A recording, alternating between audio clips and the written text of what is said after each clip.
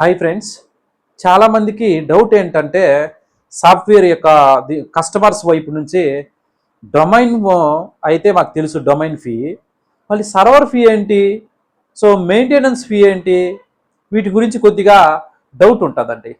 First of all ఆ domain fee అన్నది వచ్చేసి డబ్ల్యూడబ్ల్యూ డాట్ అని చెప్పేసి ఉంటుంది. డొమైన్ ఎవరైనా పర్చేజ్ చేయొచ్చు, ఎక్కడైనా పర్చేజ్ చేయొచ్చు. చాలా కంపెనీస్ ఉన్నాయి డొమైన్ సర్వీస్ ఇచ్చేటువంటి కంపెనీలు.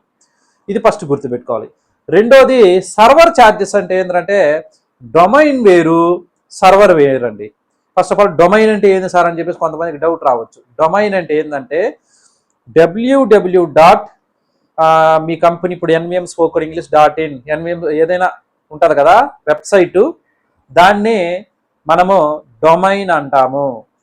సర్వర్ అంటే ఏంటంటే సర్వర్ అన్నది మీకు కనిపించదు, సాఫ్ట్వేర్ సైడ్ బ్యాక్ ఎండ్లో ఉంటుంది. అది సర్వర్ అనేది ఎలా ఉపయోగపడుతుందంటే డొమైన్ అన్నది మీరు లాగిన్ అవ్వడానికి ఒక గేట్ లాగా యూజ్ అయితే, సర్వర్ అన్నది లోపల ఉన్న ఫంక్షన్ వర్క్ అవ్వడానికి ఉపయోగపడుతుంది.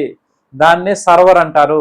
డొమైన్ ఎలాగైతే పర్చేజ్ చేస్తారో సర్వర్ కూడా అదేలాగా పర్చేజ్ చేయాలి. ఓకేనా? డొమైన్ ఫీ చాలా తక్కువ పడుతుంది, సర్వర్ ఫీ మంత్లీ పడుతుంది. సో ఎందుకంటే చాలా కంపెనీలు సర్వర్ కంపెనీలు మంత్లీ పెడతాయి.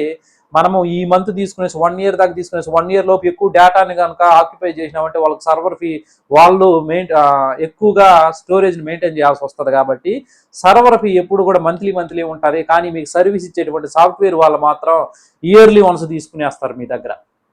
ఎందుకంటే వాళ్ళు మీరు కమిట్మెంట్ అనేది తీసుకోమంటారు కాబట్టి. ఇది సర్వర్కి దానికి దీనికి డిఫరెంట్. తర్వాత మెయింటెనెన్స్ ఛార్జెస్ అంటే ఏంటంటే మీకు ఎవరైతే సాఫ్ట్వేర్ సర్వీస్ అనేది అందిస్తున్నారో వాళ్ళ దగ్గర మీ డేటా మొత్తం పొందుపరచబడి ఉంటుంది. ఏదైనా ఒక దగ్గర డేటాబేస్లో పొందుపరచబడి ఉంటుంది. వాళ్ళు దాన్ని సెక్యూర్గా ఉంచుకొని ఉంటారు, మీకు సర్వీస్ అనేది అందిస్తూ ఉంటారు. కాబట్టి అది మెయింటెనెన్స్ ఫీ కింద వస్తుంది. ఓకేనా? తర్వాత సాఫ్ట్వేర్లో ఎక్స్ట్రా ఫీ కూడా ఒకటి ఉంటుంది. ఎక్స్ట్రా ఫీ అంటే ఏంటంటే మీరు ఏదైనా ఎక్స్ట్రా ఆప్షన్స్ సాఫ్ట్వేర్ వాళ్ళని అడిగినప్పుడు ఎక్స్ట్రాగా ఛార్జెస్ అనేది తీసుకుంటూ ఉంటారు వాళ్ళు. సో ఆల్రెడీ ఒకటి ఏదో ప్రాజెక్ట్ ఇచ్చుంటారో ఎక్స్ట్రాగా ఆప్షన్స్ ఏదైనా అడిగినప్పుడు మళ్ళీ ఎక్స్ట్రా ఛార్జెస్ అనేది తీసుకుంటారు. దాన్ని ఎక్స్ట్రా ఛార్జెస్ అని చెప్పేసి చెప్తారు.